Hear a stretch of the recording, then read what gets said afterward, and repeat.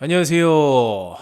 새로운 신대륙을 찾아서 코리아 아메리카 쿼학합니다. 반갑습니다.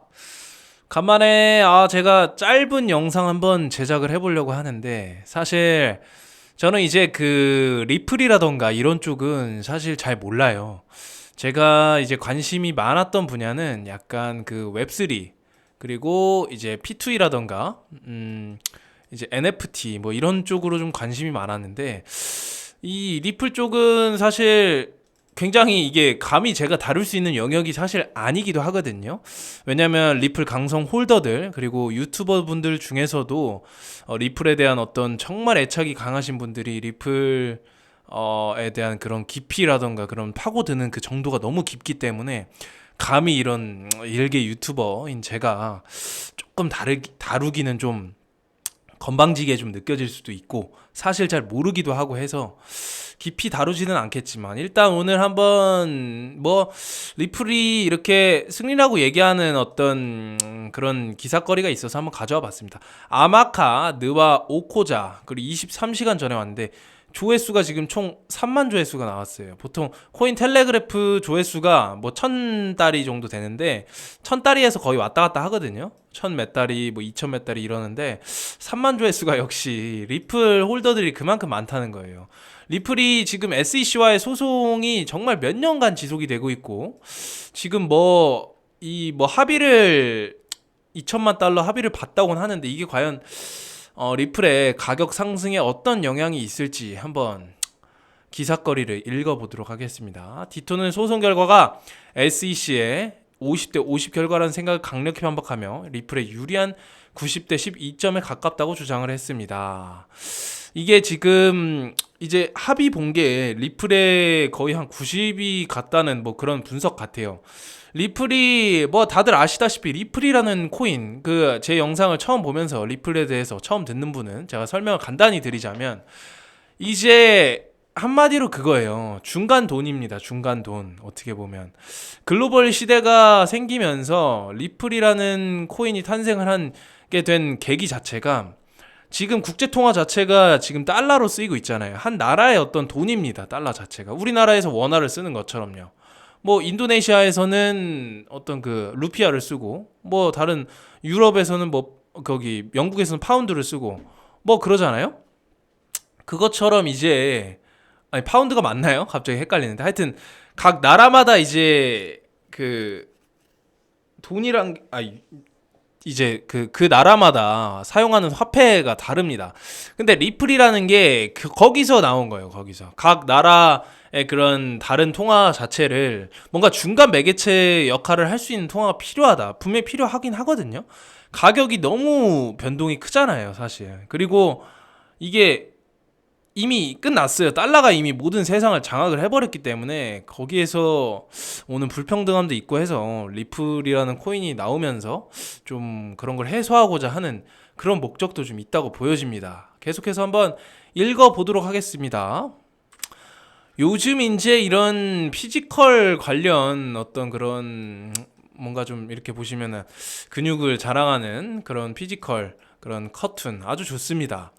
이런 부분이 요즘 시대에 정말 맞긴 하죠. 요즘에는 이런 관리하고 이런 분들이 워낙 많아져서 좀 관리를 조금만 느슨하게 해도 좀 많이 뒤처진다기보다는 어떻게 보면 남의 눈치를 많이 보다 보니까 제가 이런 얘기를 하는 걸 수도 있는데 남들이 모두가 다 운동을 하는데 저만 안 하기도 좀 그렇잖아요, 사실.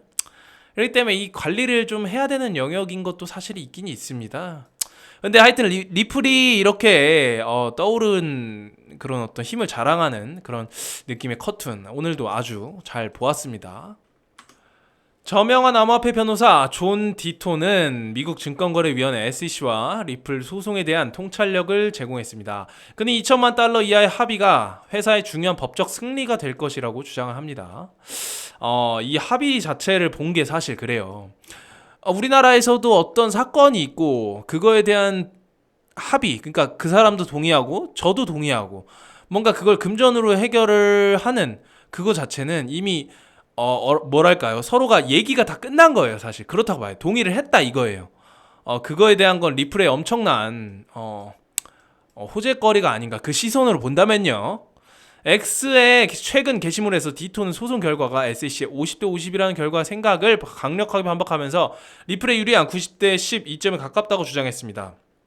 디톤의 발언은 리플의 최고 법률 책임자인 사우터 엘드로티의 게시물에 촉발되었으며 이는 SEC의 또 다른 법적 좌절을 강조했습니다. 결국에는 리플에 유리한 9대1의 어떤 판결이라고 해야 될까요? 합의라고 봐야 되는 게 맞나요?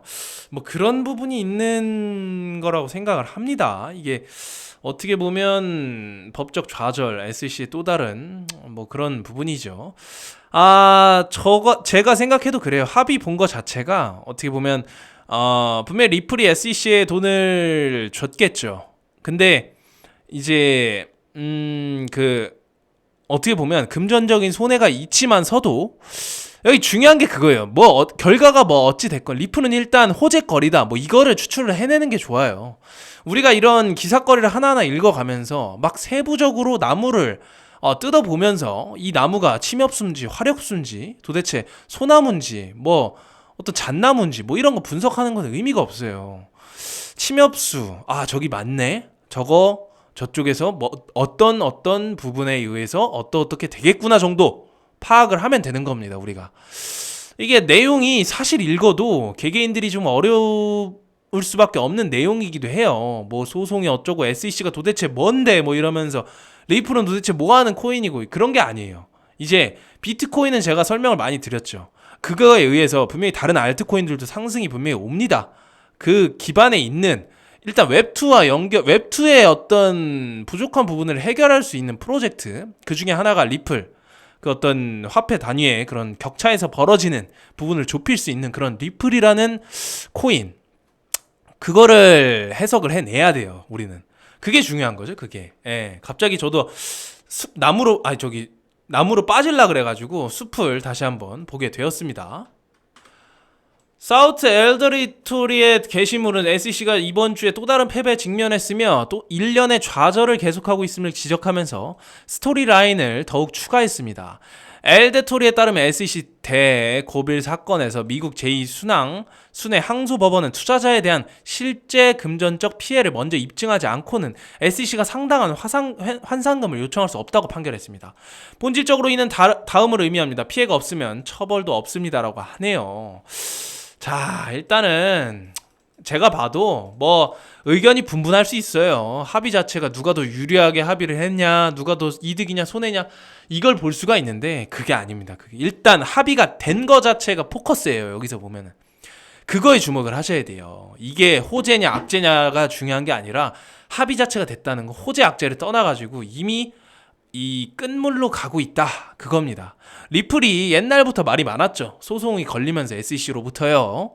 근데 결국에는 이렇게 소송이 좀 끝나는 어떤 냄새가 나지 않나요? 결국에는 언젠가는 끝나요. 그리고 그 진가가 발휘가 될 겁니다. 저는 리플 홀더는 아닌데 이 펀더멘탈은 정말 좋거든요. 뭐 리플이 모든 게 종료가 되면 막 갑자기 4,000원, 5,000원까지 갈 거다 뭐 이런 얘기도 있고 상당히 그게 많은데 과연 어떻게 될지 너무나 궁금합니다. 그렇다고 해서 리플이 추구하는 가치를 다른 알트코인에서 추구를 안 하는 건 아니거든요. 분명히 다른 알트코인도 리플이 추구하는 방향을 자기네들 나름대로 또 추구하는 코인들이 몇 개 있어요. 근데 여기서 중요한 건 그거죠. 과연 리플이 1세대 인터넷 혁명 때 넷스케이프가 성공을 했었죠. 근데 결국에 지금 넷스케이프 쓴 사람 없죠. 인터넷 익스플로러랑요. 그것처럼 리플이 1세대로 그런 분야를 건드리긴 했지만 결국에 나중에 그 부분으로 성공을 할 수 있느냐 없느냐는 지켜봐야 될 것 같아요. 그건 미래는 아무도 모르기 때문에 어떻게 보면 다른 후발주자가 그걸 압도할 수도 있거든요. 예를 들면 GBX 같은 게 있죠. 제가 밀고 있는 제가 민다기보다 좀 제가 투자하고 있는 코인이죠. GBX 같은 코인도 약간 리플의 그런 뭐라 그래야 될까요? 약간 조금 비슷한 느낌? 그런 건 있는데 과연 어떻게 될지 좀 궁금합니다. 저도. 2020년 12월 SEC는 리플랩스가 자체 암호화폐인 XRP를 판매할 미등록 증권 제공을 수행했다고 비난하면서 법적 조치를 취했습니다. 궁극적으로 아날리사 토레스 판사가 해당 자산이 2차 시장에서 거래될 때 증권이 아니라고 결정하면서 선례가 확립되었습니다. 또한 리플 경영진에 대한 기소가 줄어들면서 사건은 상당한 변화를 겪었습니다. 한편 토레스는 최근 SEC와 리플의 공동 요청에 따라 XRP의 기관 판매를 다루기 위한 브리핑 일정을 제한하는 명령을 승인했습니다. 이는 회사가 증권법을 위반한 것으로 결정된 XRP 소송의 일부와 관련이 있습니다. 토레스는 양측에 늦어도 11월 9일까지 합동 브리핑 일정을 제공하라고 지시를 했다고 하네요. 이제 기관도 연관이 슬슬 되고 있어요. 이게 진짜 저는 리플이 점점 더 다가온다고 생각해요. 리플의 상승이. 이게 리플의 상승이 언젠가는 오거든요. 근데 그 시기의 문제일 뿐이거든요, 사실. 리플 홀더들 많이, 리플의 홀더 난이도는 최상이라고 얘기를 하죠. 예, 리플 갈 듯 말 듯, 갈 듯 말 듯, 이것만 진짜 한 10년 넘게 반복을 한 걸로 알고 있는데, 이거 진짜 한 10년 정도 홀딩? 그 정도 하면은 리플은 펀더멘탈이 워낙 충분하고 시장에서 차지하고 있는 파이 자체가 넘사벽입니다, 정말. 예. 그 처음 어떤 추구했던 그 가치 펀더멘탈을 절대 다른 코인들이 넘어서기는, 이게 망하지 않는 이상은 쉽지 않을 것 같고, 후발 주자들이 분명히 있긴 하겠죠. 분명히 어떤 그런 게 있죠. 이 넷플릭스가 이런 OTT 시장에서 성공을 했으면 그 후발 주자들이 분명히 따라가잖아요. 그 후발 주자들 중에서 성공하는 후발 주자들이 있거든요, 분명히. 예를 들어서 지금 애플 TV가 지금 굉장히 그 약간 넷플릭스의 아성을 쫓아가려고 막 메시도 막 그 평생 스포츠 독점권 이런 거 하면서 약간 유도를 좀 하는데, 그것처럼 나중에 모르는 거거든요, 이게.